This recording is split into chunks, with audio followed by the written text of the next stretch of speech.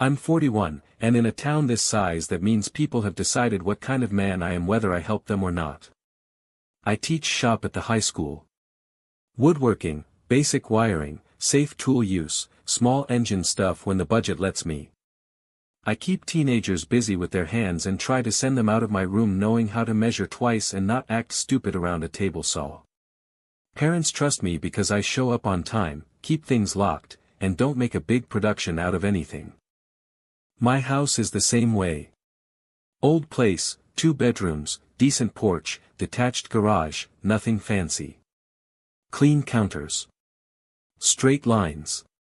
Tools where they belong. Quiet when I want it quiet. Maya taught across the hall from me. English, student publications, community projects, half the events the school somehow expected to happen without paying anybody enough to care. She was 36, sharp as a tack, dressed better than anybody else in the building, and somehow able to talk to a failing sophomore, an angry parent, and the principal in the same 10-minute stretch without losing her smile. Kids loved her because she never talked down to them. Teachers leaned on her because she could fix almost anything that involved words, people, or panic. We were close long before anything changed. She knew I took my coffee black and too hot. I knew she kept honey packets in her desk because the faculty room tea tasted like boiled cardboard. She'd text me when the copier jammed because somehow I was the man people called for both band saws and office machines. I'd cover her last 10 minutes if a student melted down in the hallway.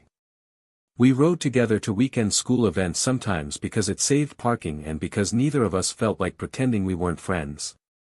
That Thursday night I was leaving school later than usual. Spring showcase was 2 weeks out, and the student display frames I'd promised were still spread across the shop tables in pieces. Maya had stayed late too, writing parent messages and cleaning up draft posters with 3 girls from student council. We walked out together around 8:30. She headed to her apartment. I headed home. 20 minutes later she called. Not dramatic. That was the first thing that made my stomach go hard. Maya was not a dramatic person. But her voice had gone flat in a way I had never heard before. Can you come here? I was already grabbing my keys again. What happened? A pause. Then, he changed the locks. Her landlord's place sat over an old storefront on Maple. Cheap rent, thin walls, bad windows, the sort of property a man held together just enough to keep collecting checks. He'd been pushing her for weeks with fake repair notices and vague comments about restructuring units. She told me he wanted the place back fast. Said he kept acting like her lease meant whatever he wanted it to mean that day. I told her to document everything. She said she was trying. I didn't know he'd go this far that fast. When I pulled up, her things were on the sidewalk. Not all of them. Just enough to make the point. 2 boxes of books. A lamp. A laundry basket. 1 suitcase with the zipper half split open. Her green reading chair from the corner by the window. A trash bag tied off with clothes in it like somebody had cleaned out a shed instead of a person's home. Maya was standing beside it with her arms folded tight. She looked straight ahead when I got out of the truck. The landlord was in the doorway. Mid-50s, pink face, soft middle, the kind of man who mistook being annoying for being important. You can't be in there tonight, he said before I even reached the steps. Units under emergency maintenance. I looked past him. The apartment behind him was dark and perfectly still. Then why are her things outside? She was informed. Maya let out one short laugh with no humor in it. He taped a notice up this morning after I'd already left for school. He shrugged. Timing's timing. I wanted very badly to put him through his own railing. Instead I walked over to the boxes, picked one up, and set it by my truck. He started talking louder, like volume made him official. You can't remove property under dispute. I turned and looked at him long enough that he finally shut his mouth. Maya, I said, get what matters first. That seemed to steady her. She nodded once and wiped hair out of her face. We worked without making a scene out of it. Laptop bag. School papers. Medication. Clothes for tomorrow. Her lesson planner. 2 framed photos. A hard drive. More books than either of us should have bothered with at that hour, but I knew better than to tell an English teacher to leave books behind. At one point she tried her key again out of pure anger. It didn't fit the new lock. She stood there staring at it, jaw set so tight I could see the muscle jump. I came up beside her. Don't give him tonight. She swallowed and nodded. By the time the truck bed was full and the back seat was stacked to the windows, it was past 10. She stood on the curb with her purse hanging from one shoulder and looked so tired it hit me somewhere low and ugly. Not weak. Not broken. Just tired in the way a person gets when they've used up every clean response and the world keeps asking for one more. I can get a motel, she said.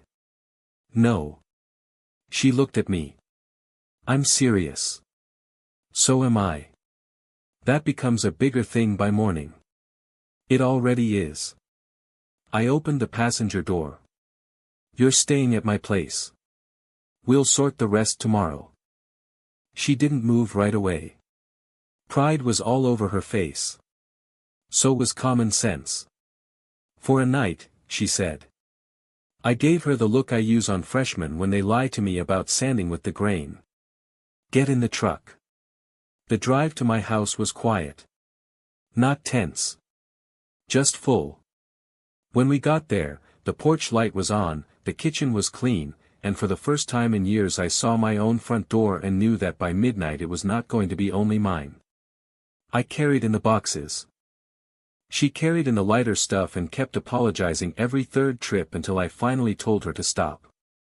I put her things in the spare room, then in the hall when the spare room filled, then on the dining table when the hall filled too. She stood in the middle of my living room with her overnight bag in one hand, looking at the stacks of her life in my neat house like she'd crossed into somebody else's picture by mistake. I'm sorry, she said quietly. I took the bag from her and set it by the spare room door. You're safe here. That made her eyes lift to mine. The house was too quiet after that. Her boxes in my hallway. Her coat on the back of my chair.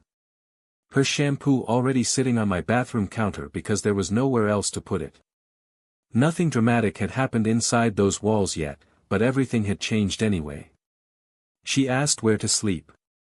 I told her the spare room. Then we both stood there 1 second too long, surrounded by cardboard, books, and the awkward truth that by morning we were going to wake up under the same roof and go teach like this was normal. By the third morning, Maya's coffee mug was already in my dish rack like it had always belonged there. That was the first thing that got me. Not the boxes in the spare room. Not the extra shoes by the door. Not even the fact that I had started checking whether she needed the bathroom before I shaved. It was that mug. White ceramic, little blue line around the rim, one tiny chip near the handle. I reached for it without thinking when I made coffee, filled mine, filled hers, and only caught myself when she walked into the kitchen in one of my old school t-shirts and gave me that tired half smile. You remembered. I set the mug down in front of her. You take too long to become human without it. She laughed, low and rough from sleep, and leaned against the counter while the sun came in across the sink. My kitchen had never had that kind of sound in it before. Usually it was me, the radio, and a clock ticking too loud. Now there was her hair pinned up wrong, papers spread near the fruit bowl, and the smell of coffee mixing with the onions she'd cooked the night before. That was the other change. My house smelled like food now. Real food.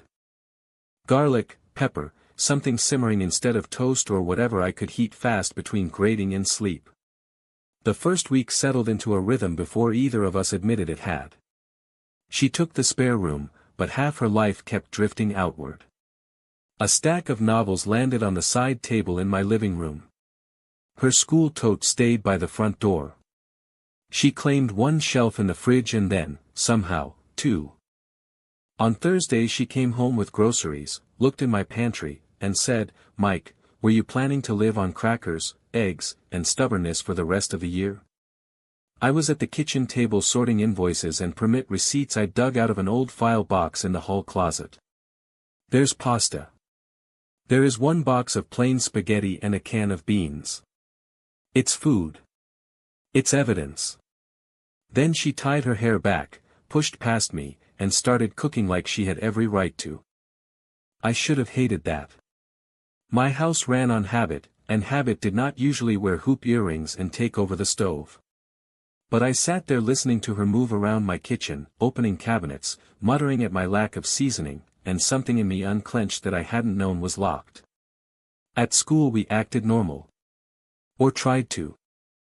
I taught first period shop, corrected bad cuts, reminded 3 boys that clamps were not optional, and spent lunch repairing one of the rolling display frames for the spring showcase. Maya was coordinating the whole front half of that event with student council.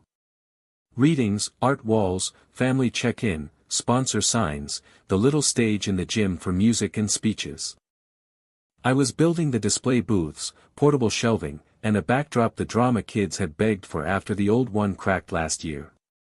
We'd always worked well together, but now there was a strange current under everything. She'd pass my classroom door and tap the frame twice to get my attention. I'd catch her in the hall and hand her the granola bar she forgot in my truck. During faculty meetings she slid into the chair beside mine like she always did, but this time I noticed how many people noticed. Not badly. Just the way people do in a town where everybody tracks small changes because it gives them something to do. Coach Dempsey glanced at us over his notebook. The art teacher smiled into her coffee like she was filing information away for later. Even a few students picked up on it. One of the junior girls helping with showcase setup looked between us after school and said, "You two are weirdly in sync lately." Maya didn't miss a beat. "That's because Mr. Harper follows instructions when they're written clearly." I said, "That's because Ms. Bennett makes color-coded lists like a mob boss." The girl laughed and moved on, but Maya looked at me over a stack of poster board and grinned in a way that stayed with me the rest of the afternoon. At home we kept building our own systems. I fixed the spare room window that had always stuck in damp weather. The next day I came home and found she'd reorganized the junk drawer, my mail sorter, and the mess of warranty papers I'd been stuffing into a basket for 5 years. I should have objected. Instead I stood there holding my lunch container while she looked up from the dining table and said, "Your filing method was an insult to paper." 2 nights later I brought lumber in from the garage and built her a proper desk for the spare room because the little folding table I'd set up for her was garbage. She stood in the doorway while I sanded the edges and said softly, "You really don't know how to do anything halfway, do you?" I kept my eyes on the drill. "No." She was quiet for a second. "Good." The landlord started circling by the end of that week. First it was a note in her mailbox forwarded through the school office, all stiff wording and fake urgency about abandoned property. Then a complaint tag on my front gate about outdoor storage, which was laughable because the only things in my yard were a mower, 2 flower pots, and a bench I'd repaired last summer. After that came a call from somebody at town code enforcement asking polite questions about my detached garage and whether I was operating a business out of it. I wrote down names, dates, times. Maya read every line before I filed it away. "He's trying to make you regret helping me," she said one night, sitting cross-legged on my couch with her laptop open and legal tabs pulled up across the screen. I was at the dining table with permit folders spread around me. Too late. She looked over at me then. Really looked. Not playful. Not easy. "You shouldn't have to take this on." I capped my pen and met her eyes. "You're here." "So I do." For a second neither of us moved. The whole house felt still around that sentence. Then the dryer buzzed in the hall, and she stood up too fast, like she needed the excuse. I almost let her go. Instead I reached out and caught 2 of her fingers. She stopped. It wasn't much. Barely anything. But I felt the pause go through both of us. Maya. She turned back. Close enough now that I could see the tiredness under her eyes and the way she was trying not to show how much that one small touch had done. Yeah, she said. I should have said something careful. Practical. Something I could control later. What came out was, you don't have to keep standing like you're ready to leave. Her face changed. Softened, then tightened again in a whole different way. Mike, she said quietly, that's not a small thing to say. I know. Neither of us kissed. Neither of us stepped back either. We just stood there in my living room with her notes on the couch, my permit records on the table, and the spring showcase hanging over us like a clock. The house was still mine on paper.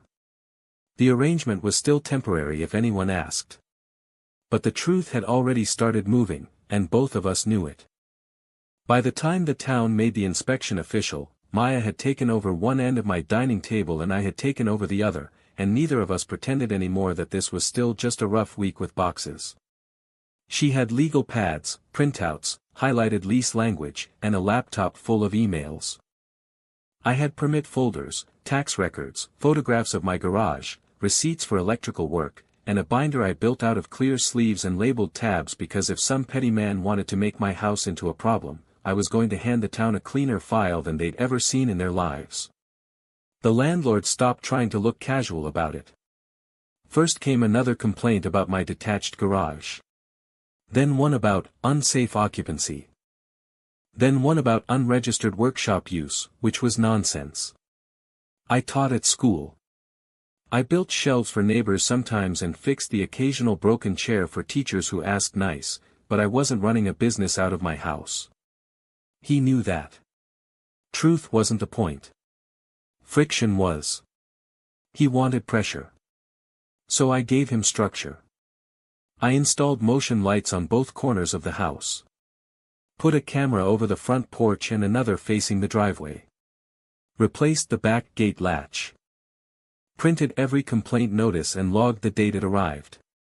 Maya found the original property records on her old place, tracked down the actual owner behind the local management shell, and drafted 3 emails so sharp and clean they made my own look like I'd written them with a hammer. One night she was at the table in my sweatshirt, reading through county code on her laptop while I mounted the last camera in the yard. When I came back in, she didn't even look up. He lied about emergency repairs, she said. I set the drill on the counter. I know. No, I mean I can prove it. She turned the screen toward me. He filed no emergency maintenance notice, no contractor permit, nothing. And the lock change happened before the written demand. He jumped the order. I stepped closer. Can that help? She leaned back in the chair and looked up at me with that focused, dangerous calm she got when somebody made the mistake of thinking she was easy to corner. It can bury him. I smiled before I meant to. There you are. Her mouth twitched. I've been here. I know. That look held a second too long. It had been happening more. Little pauses. Her shoulder brushing mine in the kitchen and neither of us moving away fast enough to call it accidental. Her passing me a file and our hands staying together one beat past normal. Me waking up at 5 and listening for her in the next room before I even got out of bed. At school, pressure came from every direction at once. The spring showcase was 3 days away, and half the student display panels warped after a pipe leak in storage. I stayed late 2 nights rebuilding them in the shop while Maya calmed nervous parents, rewrote the event map, and found a backup sound system when the original one got pulled for a church function across town. We were running on coffee, stubbornness, and whatever we grabbed out of the fridge standing up. Students noticed. Are y'all sleeping here? One senior asked when he found us in the library before first bell, both grading papers at the same table. Maya didn't miss a beat. That depends. Are you turning your essay in today? He laughed and backed off, but after he left she rubbed her forehead and said, I look that bad? I slid my coffee toward her. You look tired. So do you. Yeah. She took a drink from my cup without asking. That shouldn't have hit me as hard as it did. But it did. The worst of it came the night before the inspection. We got home after 9, both dead on our feet, and found a fresh orange notice clipped to my front door. Formal review. Complaint escalation. Required access to garage and property perimeter by 10 the next morning. Maya read it once, then again slower. I took it from her and felt my jaw lock. He timed it for the showcase. Of course he did.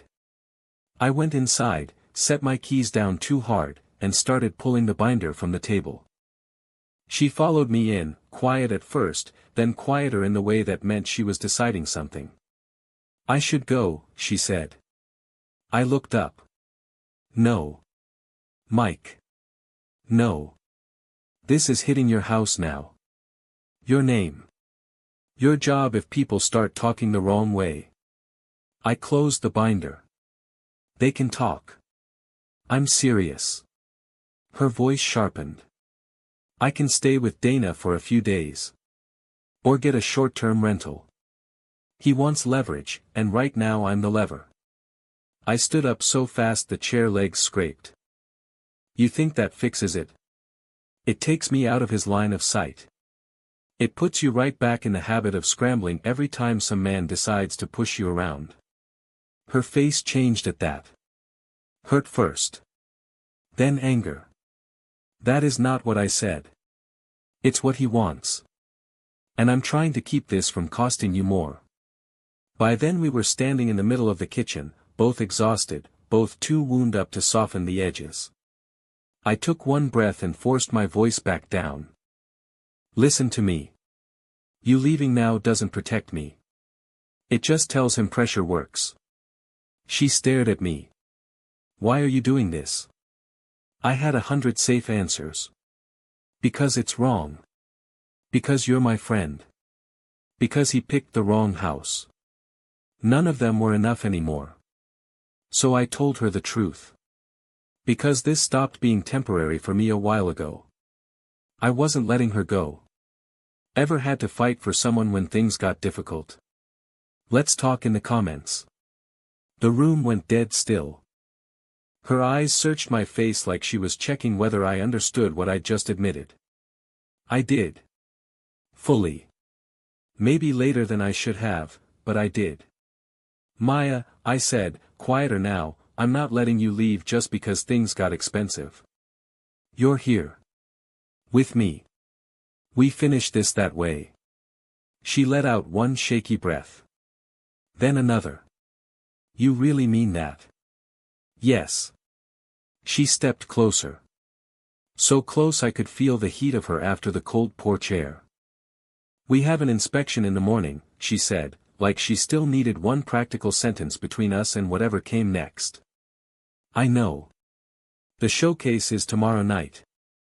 I know. She put one hand flat against my chest. Okay. Then she kissed me. It wasn't wild. It wasn't rushed. It was the kind of kiss that happens after days of carrying the same weight and finally admitting you've both had a hand on it the whole time. Her mouth was warm, tired, certain. I held her face, then her waist, and when we broke apart she stayed there against me like there was nowhere else she was supposed to be. We didn't solve anything in that moment. The notices were still on the counter. The landlord was still coming. Morning was still going to arrive too fast. But when I locked the doors that night, checked the cameras, and set our inspection binder by the front hall, I wasn't preparing for a fight on my own anymore. The inspector showed up at 9:53 with a clipboard, a county badge, and the expression of a man who had already decided he was not interested in anybody's local nonsense before lunch. That helped. The landlord was there too, leaning against his truck in a pressed button-down like he thought this was going to turn into a little public lesson about who got to stay comfortable in town and who did not. When he saw Maya step out onto the porch beside me, his mouth tightened. Not surprise. More like irritation that the pressure had failed to separate us. I had the garage open, the permit binder on the workbench, electrical records clipped in order, and every complaint notice dated and tabbed. Maya had her own folder under one arm, neat as a blade. The inspector introduced himself, asked a few standard questions, then started walking the property. I answered what was mine. Detached garage, personal workshop, permitted wiring upgrade 3 years earlier, no commercial operation, no occupancy issue, no structural change. He checked the panel, the exits, the smoke alarms, the spacing, the storage. He found a clean floor, labeled cabinets, safe cords, and less drama than he had probably been promised. Then Maya stepped in when it mattered. The complaint had not only been about my garage. It had folded in language about improper housing circumstances, which was the landlord's way of trying to turn her temporary stay into leverage. The inspector asked a careful question about that, and Maya handed him the lease timeline, the notice photo, the email trail, and a written summary so organized I watched the man's eyebrows lift halfway through the first page. "You were locked out before proper process concluded," he said. "Yes," Maya said calmly. "The landlord cut in right away. That tenancy was unstable from the start. She didn't even raise her voice. You changed the locks before the deadline in your own written notice, and without an approved emergency filing. That record is in the packet." The inspector looked at him. "Do you have documentation for emergency work?" The landlord started talking in circles. Urgency. Damage concerns. Verbal warnings. Administrative timing. Maya let him run until he had nothing left that sounded solid. Then she handed over the county search showing no emergency filing, no contractor pull, and the ownership record proving he was a manager, not the actual owner. That one landed. The inspector's tone changed. Not bigger. Colder. By 10:30 the whole thing had turned inside out on him. My property passed. The occupancy angle went nowhere.